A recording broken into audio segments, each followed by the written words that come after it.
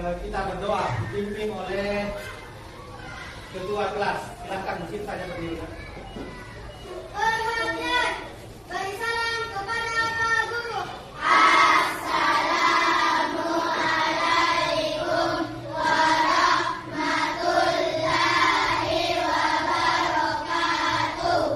Waalaikumsalam warahmatullahi wabarakatuh. Siapa yang mau belajar?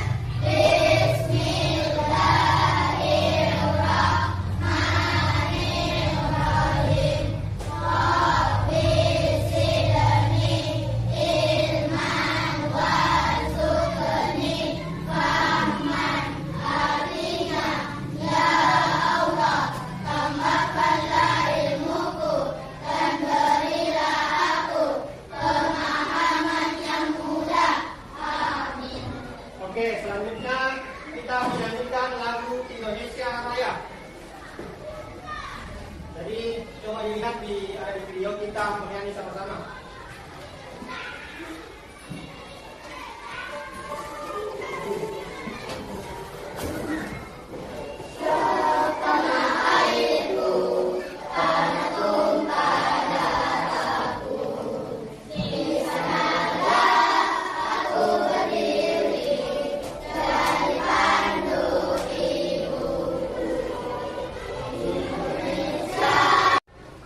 Oke, jadi bagaimana kita selesai belajar?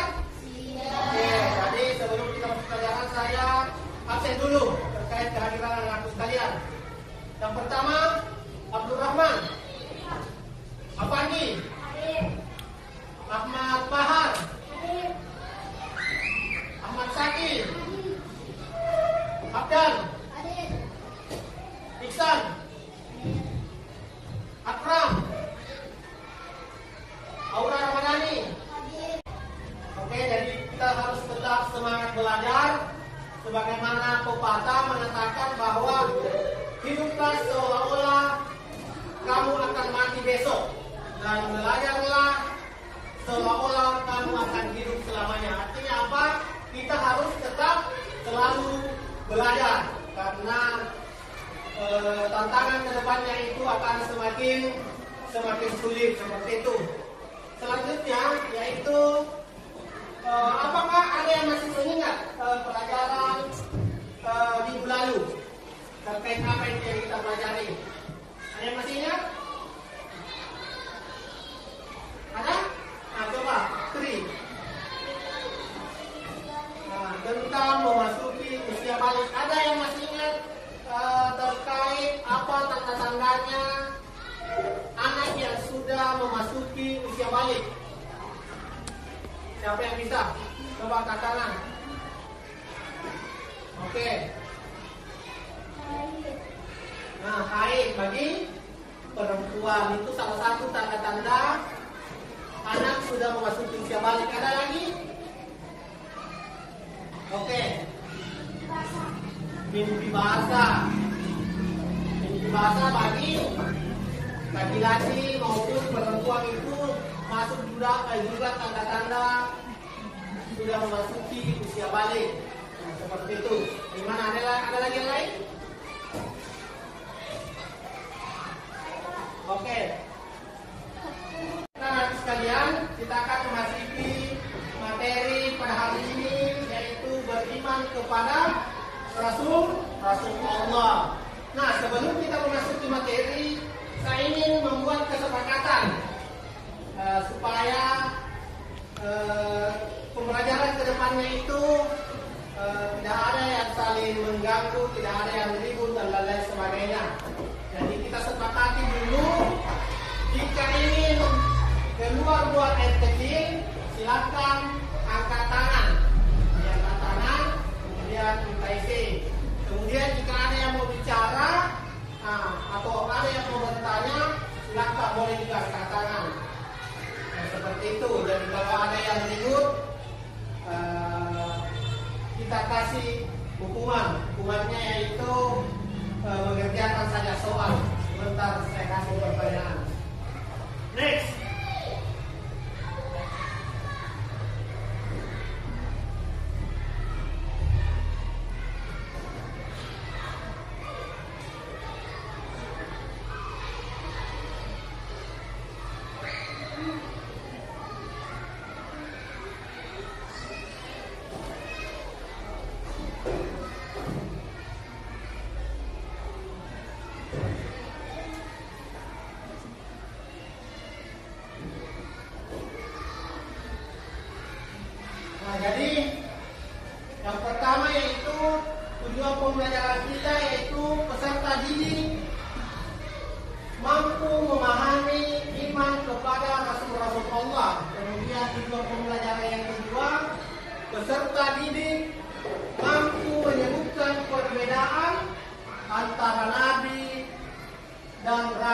secara sederhana. Oke, kita aktifin dulu.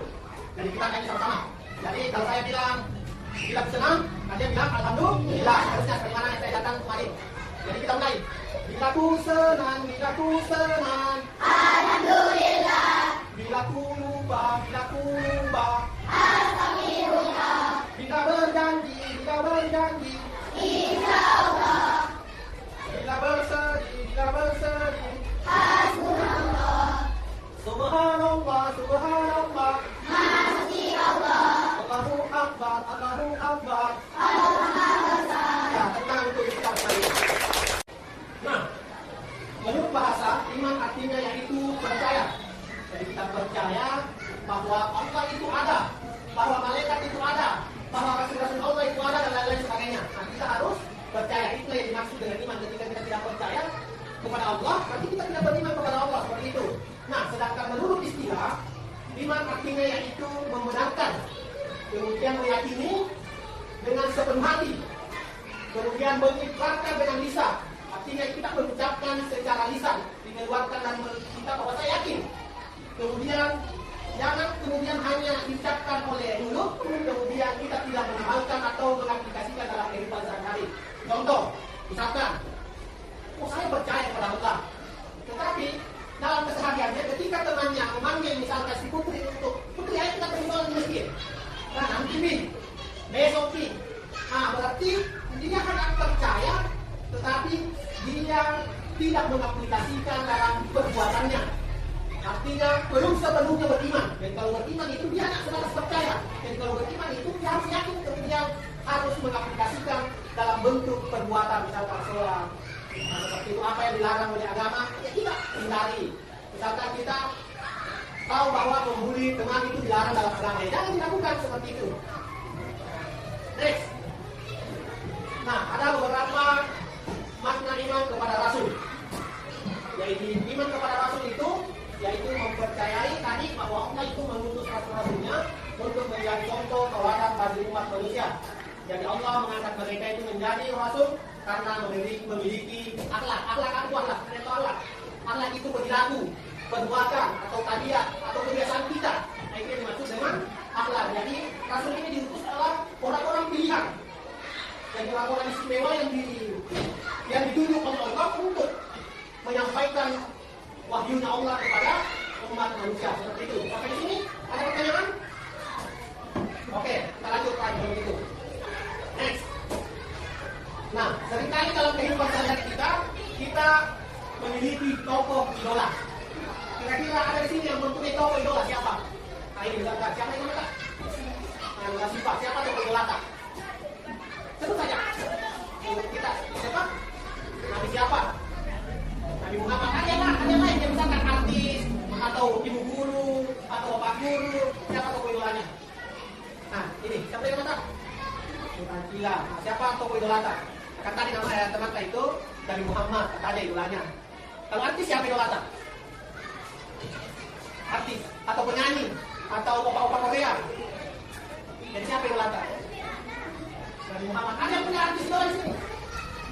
Nah, mungkin ada yang mempunyai misalnya idola siapakah yang paling cantik, yang paling jago jadi. Nah, dan harus tadi sudah betul dan disebutkan oleh temannya bahwa yang harusnya menjadi idola kita sebagai umat Islam yaitu Nabi, karena Nabi itulah yang memberikan kita contoh, tauladan atau perilaku yang baik-baik. Nah, dan orang yang bisa dicontoh adalah orang yang selalu berbuat baik, berperilaku baik seperti itu.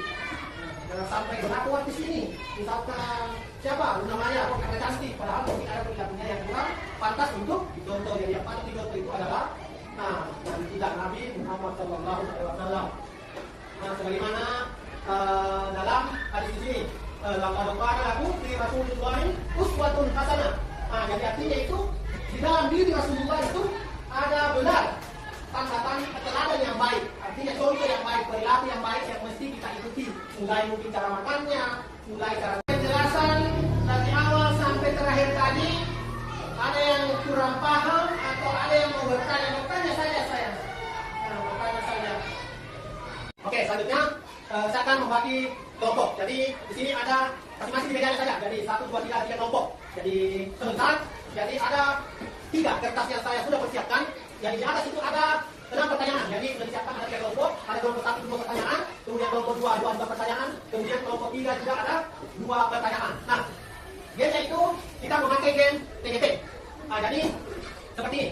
Jadi masing-masing perwakilan kelompok sebentar naik mencabut di sini sudah saya siapkan ada 3 kertas dan barang siapa kelompok yang mencabut misalkan di sini sudah tertulis kelompok 1, kelompok 2, kelompok 3. Jadi caranya misalkan kalau kelompok 2 mencabut dan misalkan di sini mencabut di sini kelompok 2 berarti dia pertanyaannya mengikuti itu ada di kelompok 2. Dan nanti pertanyaan yang ada di sesuai pembagian kelompok yang di atas itu dijawab di kertas yang sudah saya bagikan tadi di kertas KWS. Oke, paham sampai sini paham? Nah, setelah dijawab sebentar di kertas KWS, masing-masing sebentar lagi setelah selesai ditempel jawabannya kembali di atas seperti itu.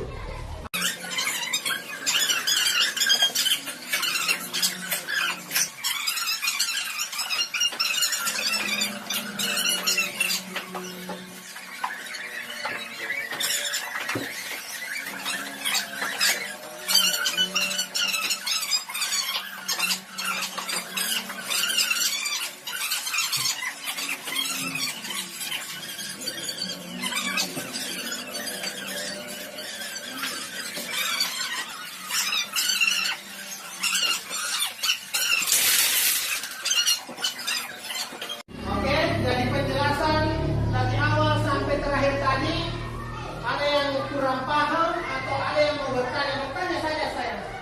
Nah, bertanya saja. Apa yang dikurang pahami? Atau pahami semua? Oke, kalau tidak ada yang bertanya, saya yang bertanya kalau begitu.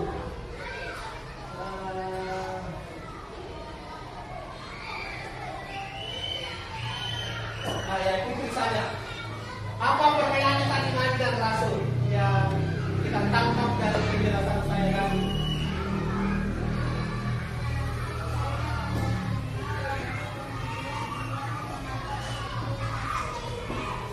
Oke, kalau Rasul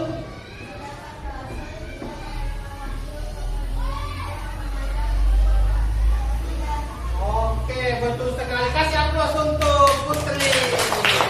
Luar biasa. Harus berani. Berani sampai benar atau salah itu persoalan di belakang. Tadi dari awal sampai terakhir. Nah, untuk pertemuan selanjutnya kita akan memasuki materi yaitu sifat-sifat Rasul Allah untuk pertemuan berikutnya. Nah, silakan tadi cari referensi sebelum kita masuk kepada materi sifat Rasul Allah itu ada amanah, tabligh dan lain sebagainya. Nah, selanjutnya sebelum saya mengakhiri pelajaran kita hari ini, saya ingin menyampaikan pesan kepada anak-anakku sekalian. Mari kita terus belajar, tingkatkan belajar kita, karena tantangan kedepannya itu semakin sulit, tantangan kedepannya itu persaingan semakin ketat. Maka ketika kita tidak belajar dari sejak ini, maka kita akan ketinggalan di masa yang akan datang. Jadi kalau mau bersaing, silahkan rajin belajar seperti itu. Nah, untuk menutup pertemuan pada hari ini, mari kita sama-sama berdoa supaya apa yang kita pelajari pada hari ini itu bernilai ibadah di sisi Allah Subhanahu wa taala. Siapa yang bisa pimpin doa? Oke, silakan.